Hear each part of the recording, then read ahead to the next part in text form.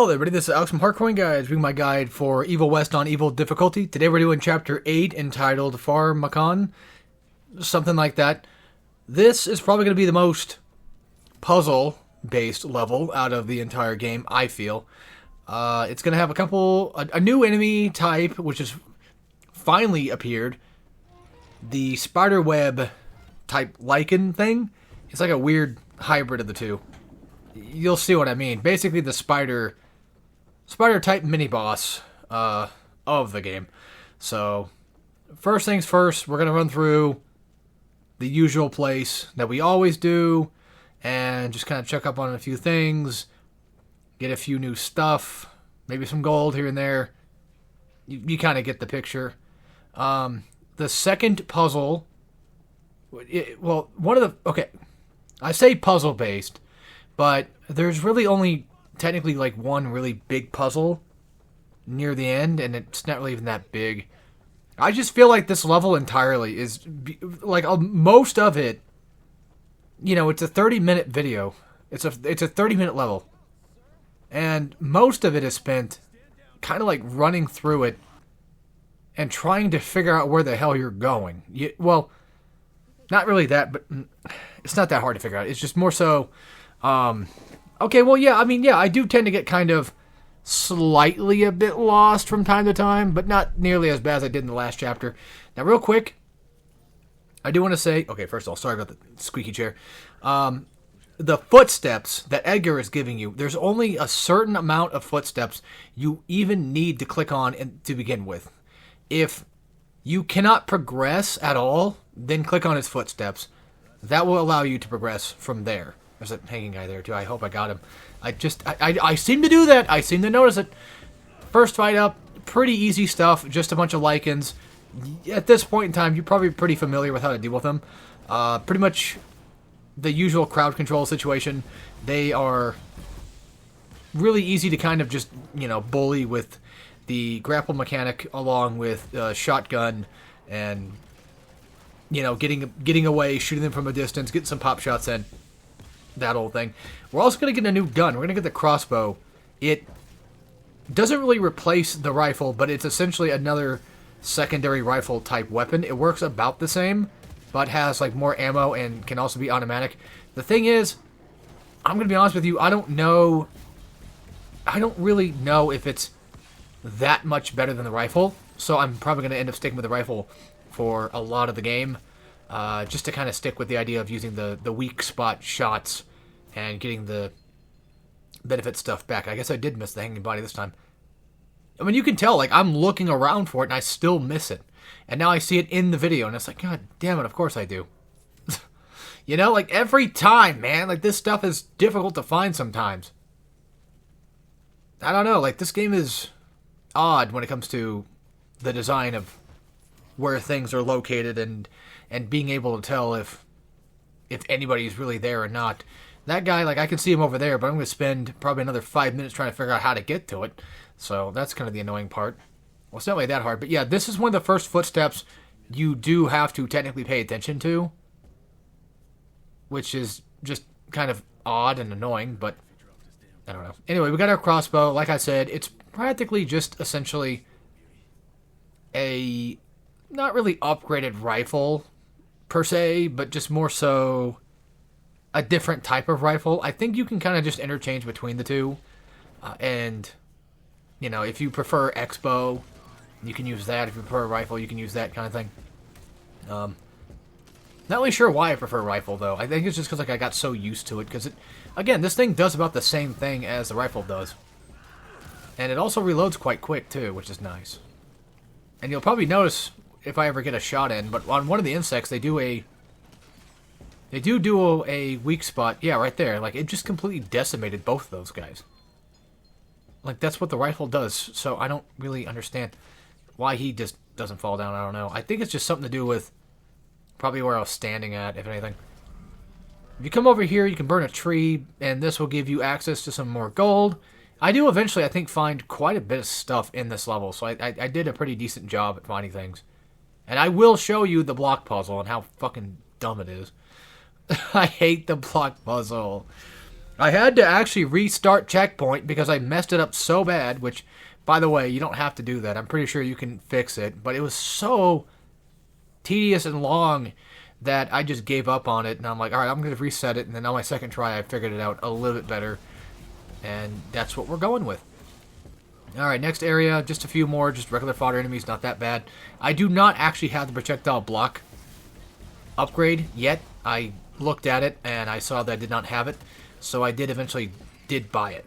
So if you're curious about all that, then there you go. And I think that if you were to charge toward these guys, the zoner type enemies here, the caged enemies, I think that you do end up going through all projectiles and just destroying them without having to deal with them, which is really nice. So that's something else to kind of bear in mind too, is that they're starting to shoot projectiles at you, just either shoot them from a distance or do the dash toward them mechanic, maneuver, whatever you want to say. Yeah, come back here. I think this is progress, though.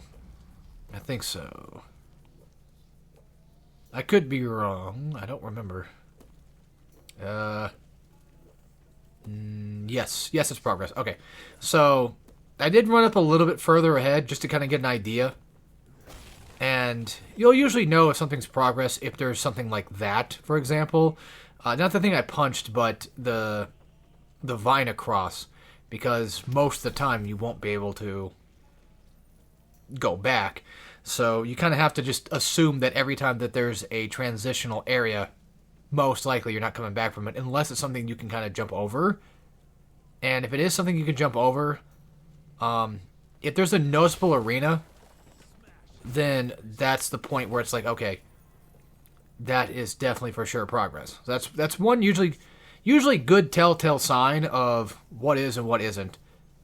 If it's something you can duck under, that's the thing that's kind of dangerous too, because sometimes ducking under things is not progress, but I don't know, it's just trial and error at that point. And to be fair, I'm not going to get everything. I suck, but I do get enough stuff to pretty much just do a good enough guide on evil. And most of my tips and advice, especially for like basically 85% of the game, are gonna kind of just stay true for at least me, my gameplay. Which is pretty much just the usual crowd control thing, like, you know, grapple, pummel, dodge back, dodge to the side or whatever. You know, stay back, zone, just all that stuff. Sorry about me yawning. I'm a little bit tired. It's like 10 o'clock at night, and this is my second video I've recorded in pretty much just a row. So I'm trying to, I don't know. There's really not much going on either. Like, this level is fine to play, but it's so boring to watch because it's just, there's not a lot of stuff happening, not a lot of new stuff going on for a bit. And Evil West is really good at, for the most part, kind of keeping you engaged throughout, because these levels are, they are a bit lengthy sometimes, like 20 to 30 minutes long. But even when they are quite lengthy, they do still at least add new things to be flavorful, I guess. Again, sorry about the yawning. It's just, yeah. This is progress, by the way. So just watch yourself there. I think there was something you can walk back to over there.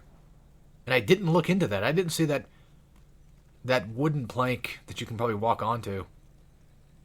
Maybe, I don't know, because there might be something over there. I don't know. You guys might have to check that out on your own playthrough, because I have no idea. But I assure you, even though me watching this right now is making me tired, I swear that the game is not. It's not boring, I promise. This really is a good game. I recorded this, and I even wanted to play more after, so that's a good sign. Alright. You're going to want to click on the tracks to activate the next fight. This is going to be the Stalker fight. These guys are absolute buffoons.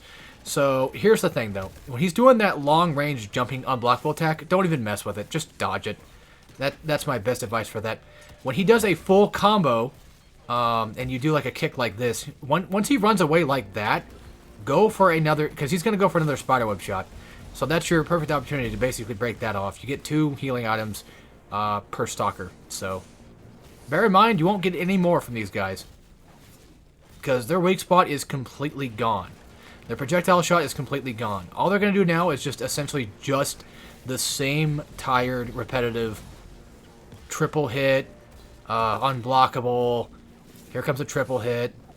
There is telegraphs for each attack, by the way. That left arm swipe, that's just a 1 swipe. This one right here, I think, is a 3 swipe. So it's just something you kind of have to pay attention to. Once you learn the different tells, it's like, okay, I know what to block and what not to block. When these guys appear, if you've got rage, just eliminate them real quick. And don't focus on the boss, because once you get rid of the spiderwebs, he's pretty much just a bunch of nothing. He's a big giant nothing burger. And again, if you're too far away to do a kick from an unblockable hit, don't even mess with it, because you saw what happened to me. I kept getting hit like every time because I keep jumping in thinking that I have a chance to hit him. I do not. And then for some reason, I don't know what happened here, but the game just acted up. I guess they were just like, hey, you should probably pummel him. And I'm thinking, like, why would I? He's not moving. I'm waiting for him to... Let me just move here a bit. Like, I'm just sitting here waiting for him to do something so I can parry it and then get the pummel attack. But the guy just stands there like, okay, I'll take it. You might be thinking, like, well, that's unfair. And, like, what if I'm struggling against the boss? I mean, if you knock out the 2 spiderwebs, you should be fine. At that point, it's just basically just blocking and reacting to every attack. If you're playing Evil West on Evil difficulty, I mean... To be completely honest with you, if you've gotten this far at Evil West, I don't think that a single stalker will give you too much trouble. But trust me when I say this, though. Once you get to that later chapter, when there's like 2 or 3 of them or whatever it was,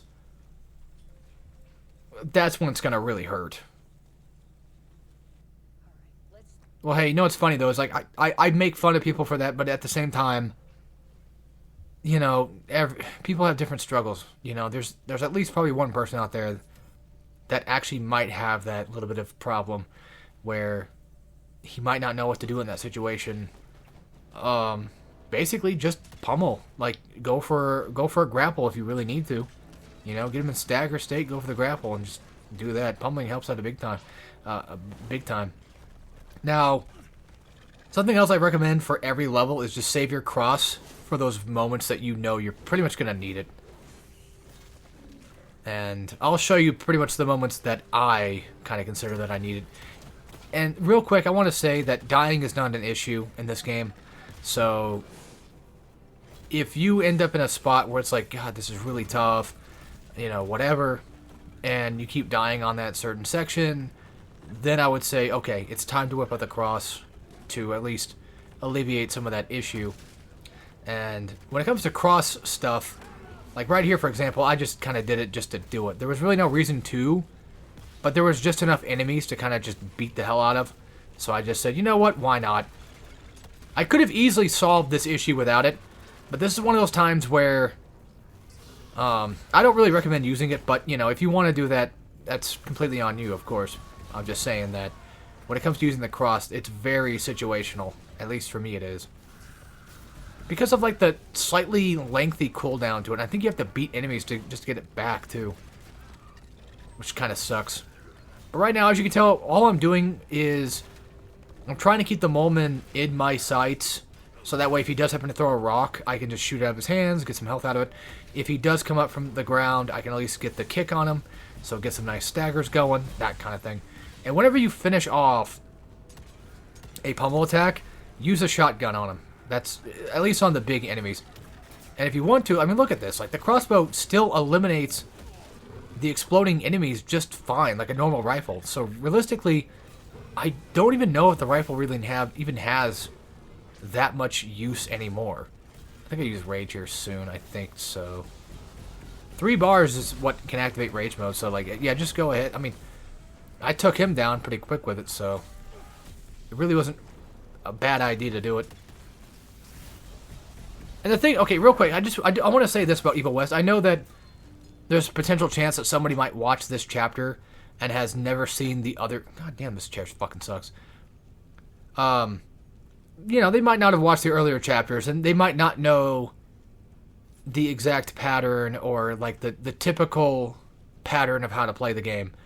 And I understand that, but I feel like if you've already gotten this far in Evil West at this point, you probably already kind of have a pattern of your own down, because most of the game is typically crowd control. So this is big giant crowd control of the game, I feel, definitely. Like God of War kind of is too, but this game for sure absolutely just seems to really rely on those types of fights a lot. And I appreciate that too at the same time, because it's kind of nice to have a beat 'em up that knows what it is and just wants to be what it is without trying to appease any specific demographic or whatever. It's just like, hey man, every fight is typically in an arena. It's just a beat 'em up. You got your running sections, you got your beat 'em up sections. It's just a classic old school arcade beat 'em up game. And each environment that you fight in an arena is typically like a big giant square, like a big giant circle or something. So plenty of room for crowd control, that kind of thing. And I like that. I really do. I like when a game knows full on from the start what it is. And the funny thing is too, Flying Wild Hog, in my opinion, are quite notorious for not having an identity. Because Shadow Warrior Reboot was pretty good. It did have a few things like other shooters did have at the time, like a dash button, a sprint, yes. It had like a dash button, it had like all that other stuff, but it still did, for the most part, in my opinion, do a really good job at rebooting the Shadow Warrior franchise for how small it technically was. It was a nice little bit of a callback, and still can be kind of a fun game, even though I was doing a Let's Play of it and still haven't finished it yet, but that tends to happen. But Shadow Warrior 2, though, like, oh, we want to do looter shooter now. It's like, nah, that's not... Like, what happened to the original game, man? Like, come on. Why do we gotta go Borderlands and looter shooter type shit? Like, what's up with that? And have, like, all this big old co-op thing, It's Borderlands now. It's like, that's not... I don't want that. I mean, somebody probably did, but I don't want that. And then 3 is just like, oh, it's Doom Eternal now. And it's like, dude, what happened to fucking... Like, do you guys not know what Shadow Warrior is supposed to be? I mean, do you just have no clue anymore? You just want to make something and then hope that it sticks, but then you just change it in the next game anyway? And I am so grateful that Evil West, even though in all fairness, Evil West has a lot of stuff that other games have. You could argue it's basically just a third-person shooter version of God of War, which it's not really a shooter anyway to begin with, but you could say, like, well, they saw God of War 4 and they took this, or they took that concept and ran with it too. Yeah, but Evil West is so different from God of War 4, it's hilarious. Whereas I feel like with something like Shadow Warrior 3, it's pretty damn on the nose with what it's trying to be. Evil West just seems to have its own little identity, and I appreciate that. I wish that Flying Wild Hog would just, do more stuff like this. Maybe not exactly like Evil West. It doesn't have to be like an Evil West 2, which I would fucking love, by the way. It doesn't have to be an Evil West 2. It just has to be something that, you can take ideas from other games. That's not a problem. Just don't go too hard with it. And if you're going to go too hard with it, then don't take it too seriously. Just have a lot of fun with it. And just don't do a Shadow Warrior 2 again. I think that's what I'm trying to say. 3 wasn't really that bad, but I just do not like 2. That doesn't mean that it's bad. I'm just saying, like, I do not like 2 at all. It's funny. I'm supposed to be doing a guide here, but here I am just yapping on about the company as a whole. Well, there's nothing going on. You guys are just watching me just do puzzles and solve things. There's really nothing happening. I will say, though, for the rope, why can't you just pick up the damn rope before you know you need it? I mean, to be fair, realistically speaking, yes, I don't think that Jesse would even know that was a thing. I think there's a guy hanging there. I'm pretty sure most likely in real life, if you ran into that situation and you're like, well, what the fuck, I need a rope for this. you probably wouldn't know you need a rope beforehand, so I guess I can let it slip. But it's so annoying that you can't just jump off to the area with the rope and then go get the rope and then climb back up to that very spot you jumped off at. But no, you gotta... There's a hanging guy there too. But no, you gotta, do all this crap before you do it, You gotta run back and get it, and it's like, It's just one of those few little tiny things that games do, not just Evil West, that games do, that just kind of is like, really? Alright, so for this fight, I stay away at first. There's gonna be a double mini-boss fight. I would suggest either having Rage Mode built up by now, or at least eventually building up Rage Mode. So, just try to get your bars going, pretty much. A lot of pummels help with that, so keep that in mind. Try to do that, and I was just sort of picking them off from a distance. I didn't really know exactly what type of fight I was getting myself into. This is just essentially me trying to do what I can, with what little knowledge I have, again, on exactly what happens in each fight. So, once again, shield guy. And even though there's a mole enemy running around, he's actually not that bad to deal with on the side. If he's going to go for an attack, the mole guy, if the mole goes for an attack, just avoid it. If you can shoot him in time, then fine, go ahead. But just let him do his own thing. Don't worry too much about it. If they get a little too hectic, or you just want to get a free pummel attack or whatever, then go right ahead for the cross, because at this point, you're pretty much free from boss fights until the Hive, which at that point you should probably build up cross again anyway. I recommend doing the shield guy first. He is a absolute danger to kind of have on the field. Also, yes, I do have the punch upgrade where there's like a... I don't even know... I don't even know... I don't even know how it exactly works either. There's like a thing where like a little red circle will show up. And I'm not sure if it's like a timing thing or whatever, but it's pretty much like it'll make your next punch 30% stronger. But I can still never figure out that damn thing anyway.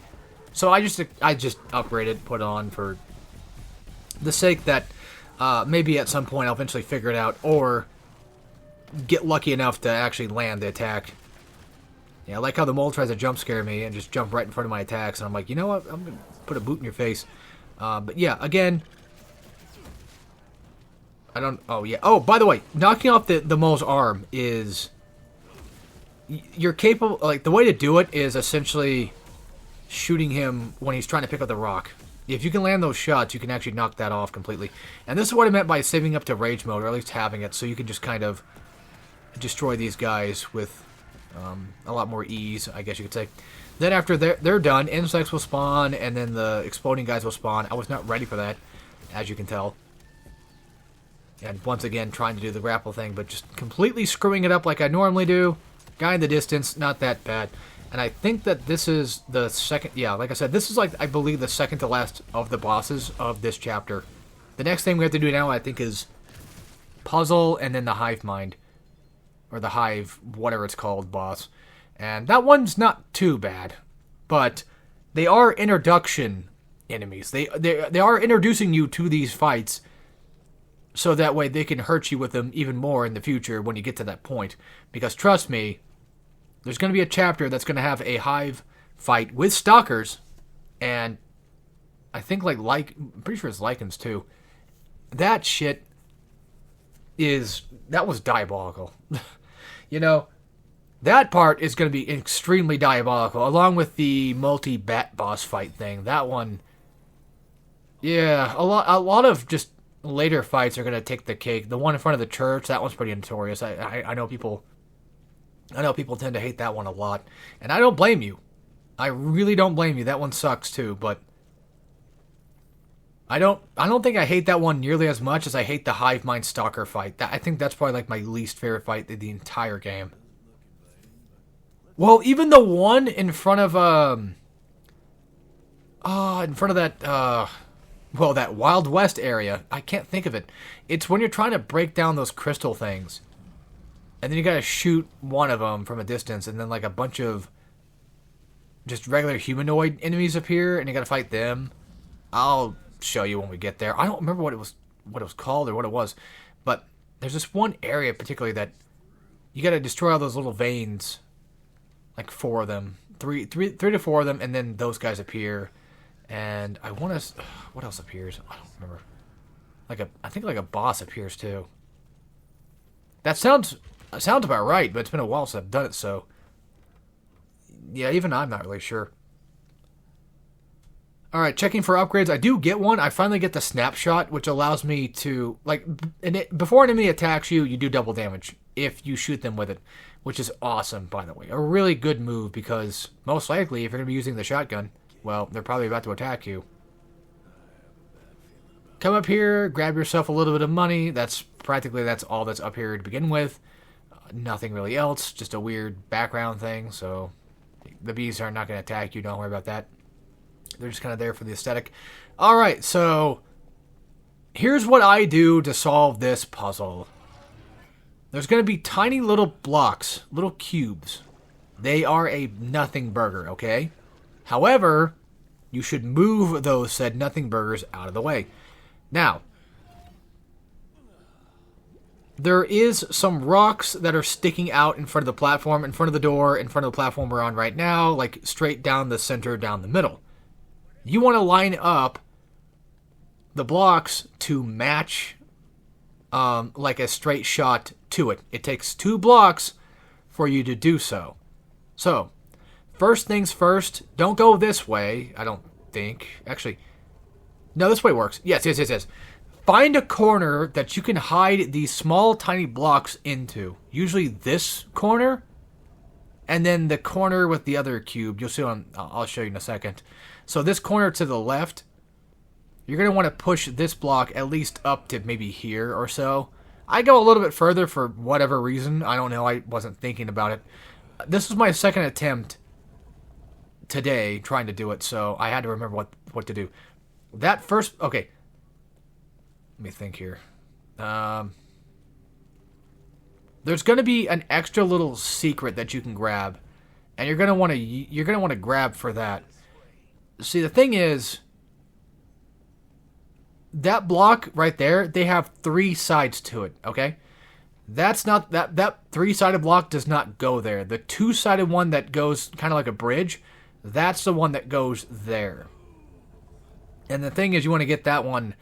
You don't have to move the blocks that much, by the way. You really don't have to. I was just being a little bit goofy. I messed up one time, and then I fixed it.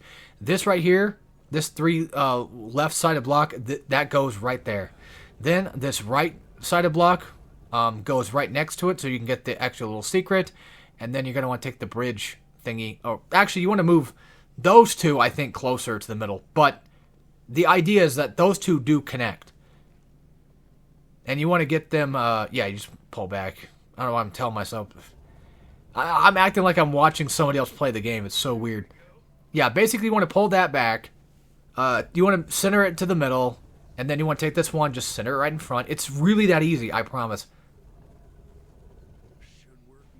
When Jesse says anything in relation to what he was doing, like, oh, you know, this works or this works, whatever, that essentially is telling you right then and there that, yes, you got it right. Essentially. Now, see how I have this pattern, this path? That's why, because I want to get this chest. You only need 2 blocks to get to the next area. However, it doesn't hurt to just grab the extra money, because why not? Okay, boss fight time. Yeah, I didn't have a perk. They're telling me I got a new perk I could get, but I don't have the level up for it. All right, here we go. So, the hive fight.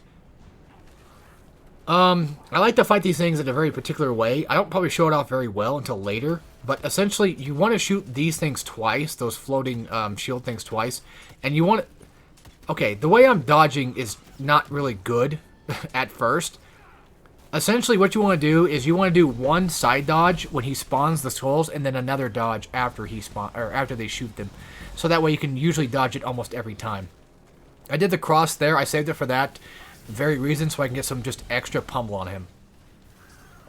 Before these guys get shielded, you can't actually grab them. But essentially, what you want to do is you want to shoot once, dodge, and then shoot again, dodge. That's kind of the formula of how I typically do that. You can also projectile block those if you have that upgrade for it. Whenever you get done with a pummel, go for another punch and then to a shotgun.